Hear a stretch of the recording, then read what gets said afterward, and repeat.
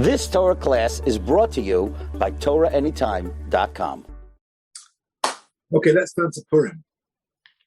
The shir is entitled the Bnei Yissascher's Purim Message. Some of the ideas that I mentioned as an introduction tonight, I've mentioned in previous Purim shurim, but they're magnificent ideas, and I want to add this beautiful piece from the Bnei Yissascher that I saw this year. The starting point is a famous question. The name Purim seems a little bit arbitrary.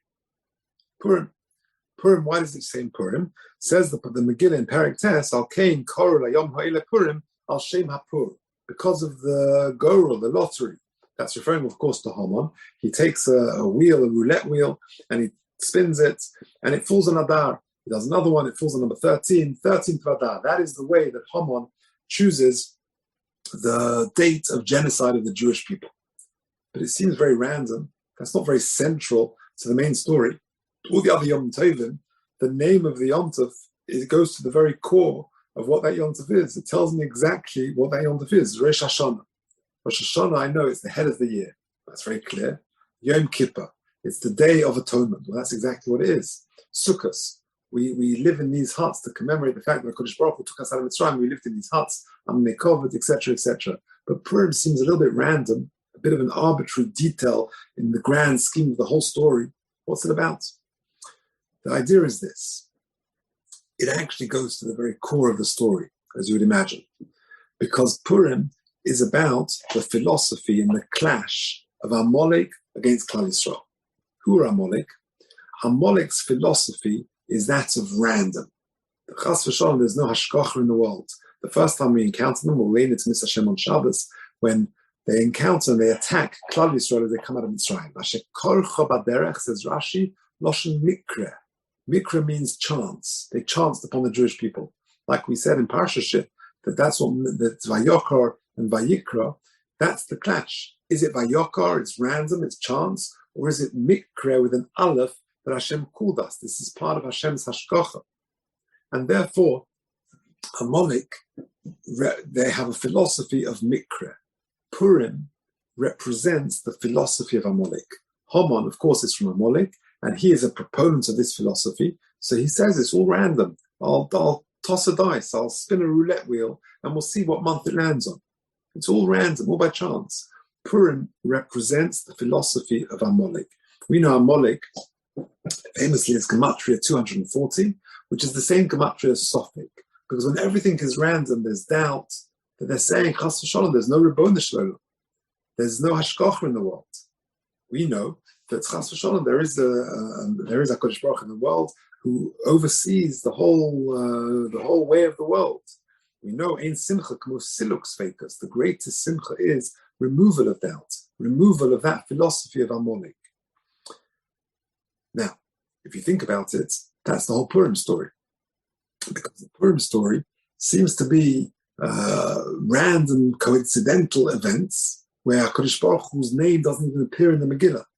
But of course, we know that the whole story of the Megillah is HaKadosh Baruch Hu puppeteering from on high. That every single aspect of the story is HaKadosh Baruch Hu is just manipulating, engineering events to reach to the final story. And that, the Yad Hashem in the background, is exactly what's going on in Purim. The story, we all know the story, that a king gets drunk, and then he asks his wife to parade in front of him. She refuses, understandably. He says, off with her head. He has a beauty pageant. He chooses another. All random, natural events. But we know that HaKadosh Baruch Hu is orchestrating it to save Klal Yisrael, to get to his destination. There's an amazing vart of Elimelech Bidman I came across some years ago. The Mishnah says, the Medrash says in Esther Rabbah, in Parsha Gimel Siman Yud, Kol makom shenema b'Megillah zu lemelech HaChashverosh. Whenever it says in the Megillah Melech HaChashverosh, Melech HaChashverosh, HaKosov Medaber, it's talking about King HaChashverosh. V'chol makom shenema lemelech stam, when it just says Melech, then Meshamesh Kodesh V'chol. It can be either referring to Achashverosh or also referring to HaKadosh Baruch Hu. That's why you buy a nice Megillah, on the top of each column it will say HaMelech, or the word Melech. That's also a reference to HaKadosh Baruch Hu. That's a Mehuda Megillah, i.e., that HaKadosh Baruch Hu is hidden in the Megillah. No overt mentions of his name, but hidden. That's what Purim is all about. HaKadosh Baruch Hu puppeteering from on high. No splitting of the Yamsuf, no 10 makas, but normal, natural, everyday events. But HaKadosh Baruch Hu is hidden behind the scene. That's what the masks are all about on Purim. There is a Mishnah, the very first Mishnah in Maseches Megillah. The Mishnah says, paragraph 2, box number 2, if you're listening online, please email me at j.golker@gmail.com. I'll send you the handout. Megillah nikris be'echad asar, b'shneim asar, b'shleish asar, b'arba asar, b'chamish asar. You can read the Megillah on the 11th of Adar, the 12th, the 13th, the 14th, and the 15th of Adar. Lo pachas, v'lo yoseh. Not less, i.e. the 10th of Adar, v'lo yoseh, not beyond that on the 16th. So that says the person, now that was in the times of the Mishnah. Nowadays it's different, but in the times of the Mishnah, you could read the Megillah on either the 11th, 12th, 13th, 14th, or 15th of Adar. It depends on the day of the week in which it falls, as the Gemara there describes. But you cannot read it on day 10 or day 16. Says Rabbi Elimelech Bidman, the most amazing insight. We know that there are two key names of Hashem. Well, there are lots of names of HaKadosh Baruch Hu, but there are different ways in which he manifests himself, in which he relates to us. So first of all, you have the Shem Yud Kei Vav Kei. Yud Kei Vav Kei is a Yud and a Hey and a Vav and a Hey. That is how HaKadosh Baruch Hu relates to us in a more direct involvement through miracles. Adnus, the Shem Adnus, Aleph Dalet Nun Yud, is the way HaKadosh Baruch Hu relates to us through a natural world. No overt miracles, but relating to us through nature. Now, the Shem Adnus, Aleph Dalet Nun Yud, is Gematria 65. The Gematria of 11, 12, 13, 14, 15, of the days when you can read the Megillah, 10 plus 11 plus 12 plus 13 plus 14 plus 15 equals 65. And that's the Gematria of Aleph Dalet Nun Yud, which is the Gematria of Hashem, which represents Hashem relating to us through nature, not through overt miracles. But Yud Kei Vav Kei, which is how Hashem directly involves himself with us through miracles, that's Yud Kei Vav Kei, which is of course Gematria 26. That's the 10 plus the 16. We can't read the Megillah on those 2 days because that is how Kadosh Baruch Hu relates to us through direct miracles. Purim, no direct miracles. Purim is all about the indirect, Kadosh Baruch Hu relating to us through nature. And that, by the way, explains an amazing Gemara, because the Gemara says in Megillah Tezayin on the base that the Gemara says that there's something called sirtut. You look at a Sefer Torah, you'll see how straight the lines are, and you think, wow, what an amazing Sefer. He's written that everything is so beautiful and so straight. But actually, he's got a secret. The secret is he takes a stencil like a sharp knife, and he takes a ruler, and he just sort of draws sort of faint, hardly noticeable lines. And then he starts writing, Bereshis bara Elokim, but he's drawing it on those faint lines. So that's why it's always straight. The halacha is a Sefer Torah needs sirtut. The other Sfarim in the Vim Ksubim does not need sirtut, except Megillah. That's what the Gemara Megillah Tesayin on Bey says. Why Megillah? Why does Megillah need sirtut? You look at our Megillah and you see all these beautiful lines. Why? That's halacha, you've got to have it. Why? The answer is this. I once heard from Rabbi Lef. That's the whole message of Purim. Purim is HaKadosh Baruch Hu runs the world, but he's involving himself in an indirect way through nature. No overt miracles, no 10 makas, no kriyas yamsuf, but he's just engineering, puppeteering from on high. The story is unfolding according to his plan. That is exactly what sirtut is. You start writing the Megillah, Vahi b'mei Achashverosh, but you can hardly see it, but there's a very faint line, which is the story is unfolding along that faint line. That's exactly the point. That's why Megillah needs sirtut. Now, all of that is the introduction to the Bnei Yissascher. What's the Bnei Yissascher's Purim message? So there's a beautiful piece. He says it in a few places, but we'll go through a little bit of it. It's based on the Gemara in Beitz HaTesvav on the base. The Gemara says a strange thing. Omer Rabbi Yochanan, Mishum Rabbi Eliezer Rabbi Shimon. It's the top of the next page, paragraph number 5. A person came into some money and he wants to make sure that he can maintain his wealth. What should he do? Yita bohen eder. He should plant an eder. An eder is a type of tree. Strange Gemara. That's how you keep your wealth. You plant this type of tree. Let's take a look at Bnei Yissascher. We'll jump to the paragraph beginning Upirashnu, which is about halfway down. Upirashnu, Tehine. Nisei Chodesh Nisan Hemunissim niglim sheniskale oz leboy oinom shidud hamaroch alidei shem havoya. Nisan is the month where HaKadosh Baruch Hu intervenes and directly involves himself with us through overt miracles. No one is going to be in any doubt about the existence of HaKadosh Baruch Hu. He does the makkos, he splits the seas, there's the mon, that is Chodesh Nisan. Avol Nisei Adar, but the Nisim of Adar, i.e., the Purim story and all of those similar types of events, Heimon Nistarim B'Teva, they're hidden in the nature. Ach im heyos shehoy b'teva, al kol zeh hoye ba'ofen kazeh shlohem mistapik b'shum ben odom kol shekasu le'el. But they should be hidden in nature in a way that a person, of course, realizes that Kodesh Baruch Hu is running the world. V'zehu, next paragraph, v'zehu sheromzu harotze sheyiskal menuchosav yitben adar. That's what the Gemara means, that a person who wants to maintain his financial wealth, he should plant an adar. What does that mean? Hainu. Yita v'yosim b'toch mechosav. He should plant and put in his property haseichel hanishva min hachodesh adar, the philosophy, the message of Adar. That's what it means. What does that mean? Ki ha'osek b'schoira of a nechosim, a person who's working, a businessman, a regular man. And he says that it's my cleverness, it's my ingenuity, it's my hard work which has created all this success. I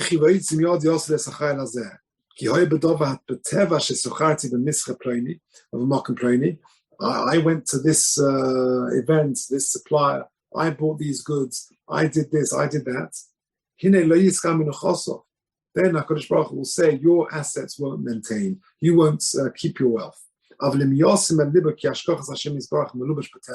if a person realizes that the hashkoch of HaKadosh Baruch Hu is clothed in nature, and he is the cause, which is the Purim story, that's the story of Chodesh Adar, his assets will stay.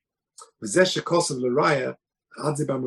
that's what it means in our Gemara, last paragraph.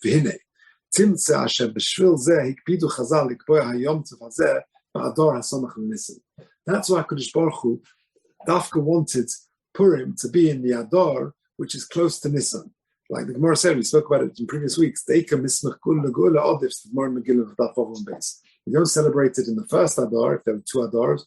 We celebrate it in the second Adar. Why? Because we want to juxtapose the month of Purim Adar with Nisan. What does that mean? We want to juxtapose the two ways in which HaKadosh Baruch Hu interacts with us, i.e., the hashkocha of the Geula, which is hidden, with the Geula, which is very much revealed. Keil Boron, HaKadosh Baruch Hu created us. Yoytze Echad Yisrael, HaKadosh Baruch Hu created everything. V'zen Nimaz, and that's alluded to by Halal HaMitzri, i.e., in the Halal we say on Yom Tov and on Shchodesh, Ono Hashem Hoshiano, Ono Hashem Hatzlichano, the pasuk in Tehillim. What does that mean? Ono Hashem Hoshia no, Nun Aleph. Ono Hashem Hatzlicha no, Nun Aleph. Says the Bnei Yissascher, Rosh Tevus Nisan Adar. That the Rosh Tevus Ono Hashem Hoshia no, save us HaKadosh Baruch Hu no, is Nisan and Adar. Hainu, Hoshia Hatzlicha, save us and give us success, B'shtei Hanhogas, with these two ways of you operating. Hein B'Hanhogas Nisei Nisan, both with the Hanhogas of Nisan, i.e. the direct interventions and the miraculous ones, Hein Hanhogas Nisei Adar Hanistarim, and the more hidden ones which are clothed through nature. So a remarkable idea of the remarkable insights of the Bnei Yissascher. So to summarize, the message of Purim, says the Bnei Yissascher, is that HaKadosh Baruch Hu interacts with us both directly and indirectly. Purim, Adar, is the way in which HaKadosh Baruch Hu interacts with us in an indirect way. That explained lots of things, like I said. Number one, why is Purim called Purim? Because it seems to be an arbitrary aspect of the whole story.